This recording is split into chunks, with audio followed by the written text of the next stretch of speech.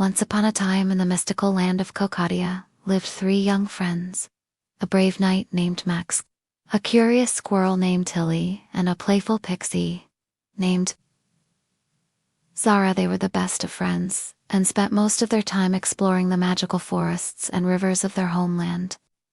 One sunny afternoon, the trio was playing hide-and-seek near the whispering willow tree when Zara stumbled upon a shimmering butterfly. Its wings seemed to glow with an otherworldly light, leading Zara into an enchanted part of the forest she had never seen before. As they ventured deeper, they came across a clearing bathed in golden sunlight. In the center sat an ancient oak tree, its branches heavy with sparkling acorns. Beneath it lay a weathered leather map. "Look!" Zara exclaimed, her eyes wide with wonder.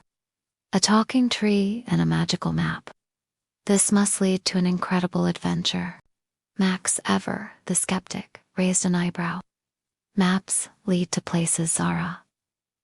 But what if this one leads us into trouble?" Tilly, always eager to explore, chimed in. "Come on, Max, don't be such a scaredy cat. Adventures are meant to be exciting. Besides, the map promises great rewards to those who follow it." Intrigued by the promise of adventure and treasure, Max reluctantly agreed to follow the map. As they continued their journey, the map led them through winding paths, across babbling brooks, and over moss-covered stones. Suddenly, the forest around them began to change. The towering trees seemed to lean closer, their leaves rustling in a peculiar rhythm. Strange, beautiful flowers with glowing petals appeared everywhere, illuminating the path ahead. "Wow, look at these amazing flowers," Zara whispered, captivated by their ethereal glow. "They must be enchanted." Max, sensing danger, gripped his sword tightly. "Enchanted or not, we should be careful. Who knows what secrets this forest holds?" Tilly, noticing a break in the trees, suggested, "Let's take a quick rest. We can keep going once we've caught our breath."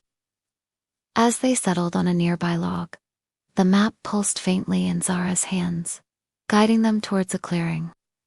But what they found there took their breath away. Before them stood a magnificent waterfall, its water cascading down a muscovared rock face like liquid silver. At its base lay a pool so still and clear it looked like a mirror reflecting the sky above. And what they saw in its depths shocked them.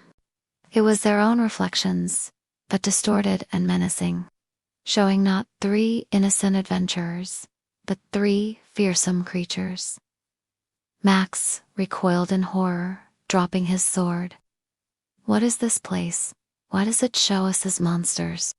Tilly, though shaken, quickly regained her composure. "I believe this is the Guardian's Grove, the place where the forest's protectors test those who enter." Zara, ever the optimist, asked, "So, what do we need to do to pass?" Suddenly, the trees around them rustled and the waterfall shimmered, forming a doorway into the churning water. A booming voice echoed through the clearing. "Only those who can face their inner darkness may pass." With a deep breath, the 3 friends stepped into the swirling water and disappeared from view. Inside the Guardian's Grove, Max, Tilly, and Zara found themselves in a place unlike any they had ever seen.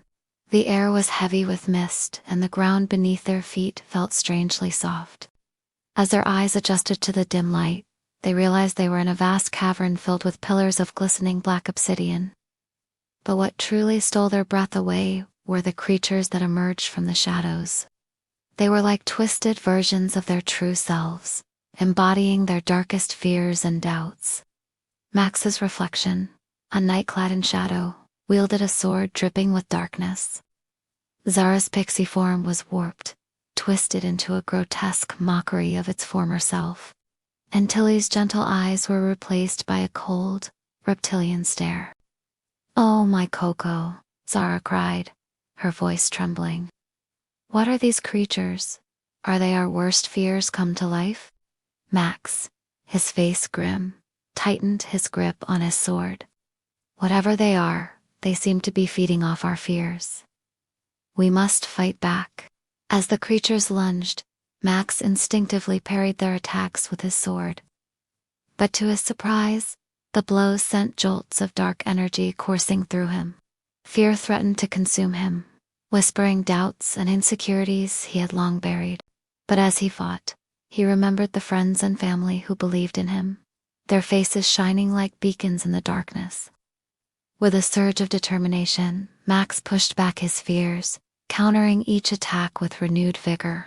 Zara, nimble and quick, dodged her shadowy doppelganger's grasp. She channeled her magic, weaving spells of light and hope that momentarily banished the creature's darkness. Yet she couldn't help but feel fear creeping into her heart, tainting her spells and weakening her resolve. But then she remembered the joy and laughter she shared with her friends, the warmth of the sun on her wings, and the beauty of the world she explored. Recalling these happy moments, Zara found strength in the love and wonder that filled her life. Meanwhile, Tilly faced her own inner darkness, a fearsome serpent coiling around her, its eyes gleaming with malice. But instead of attacking, Tilly reached out, her touch bringing visions of the friends and family who loved her. With every touch, the serpent writhed, its form flickering like a dying ember. Finally, as Tilly embraced her deepest fears, they dissipated into motes of light, revealing not monsters, but reflections of herself. Sad and lost without hope, Tilly realized that her greatest strength lay not in her magic, but in her compassion and understanding. As the last vestiges of darkness faded away, the cavern began to transform. The obsidian pillars dissolved into shimmering rainbows and the walls bloomed with vibrant flowers. The air grew lighter, carrying the sweet scent of blossoms and the sound of distant laughter. As they emerged from the Guardian's Grove, blinking in the sudden brightness, Max, Tilly and Zara found themselves back in the enchanted forest. The waterfall had vanished, leaving only a small pool reflecting the sky. Looking at each other, they saw not three frightened adventurers, but three heroes bathed in the warm glow of the setting sun. Suddenly, Zara noticed a tiny acorn lying on the ground near the pool. It pulsed with the same soft light they had seen in the grove. "Could this be what we're looking for?" she asked, picking it up. Tilly, examining it closely, smiled. "Why, yes, Zara. This is one of the starfall acorns, said to grant wishes and bring light into darkness." As the friends continued their journey, the forest seemed to cheer them on, the flowers blooming brighter and the trees rustling in approval. Finally, they arrived at a meadow bathed in moonlight. In the center stood a majestic oak, its branches heavy with sparkling acorns. Beneath it lay an ancient chest, its surface adorned with carvings of mythical beasts. "This must be the legendary Heartwood chest," Max whispered. "The guardians of the forest, the whispering willows, must be protecting it." As they approached the chest, the nearby willow trees rustled, forming a circle around the adventurers. One brave willow stepped forward, its branches parting to reveal a tiny keyhole. "How can we open it?" Zara wondered, looking around for a key. Suddenly, Tilly remembered the starfall acorn. With a gentle touch, she placed the acorn in the keyhole and it glowed, dissolving into shimmering dust that enveloped the chest. The trees swayed in unison as the chest rumbled, finally opening to reveal a sight that took their breath away. Inside lay a crystal pendant that pulsed with a soft, steady light.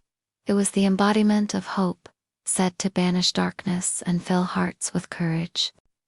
As dawn broke over, Kokodia, Max, Tilly and Zara stood before the whispering willow, the pendant nestled in Tilly's hand. They had not only found the Heartwood chest, but also discovered the true meaning of bravery, compassion, and friendship. Together, they had faced their fears, conquered their inner darkness, and brought light into the hearts of others.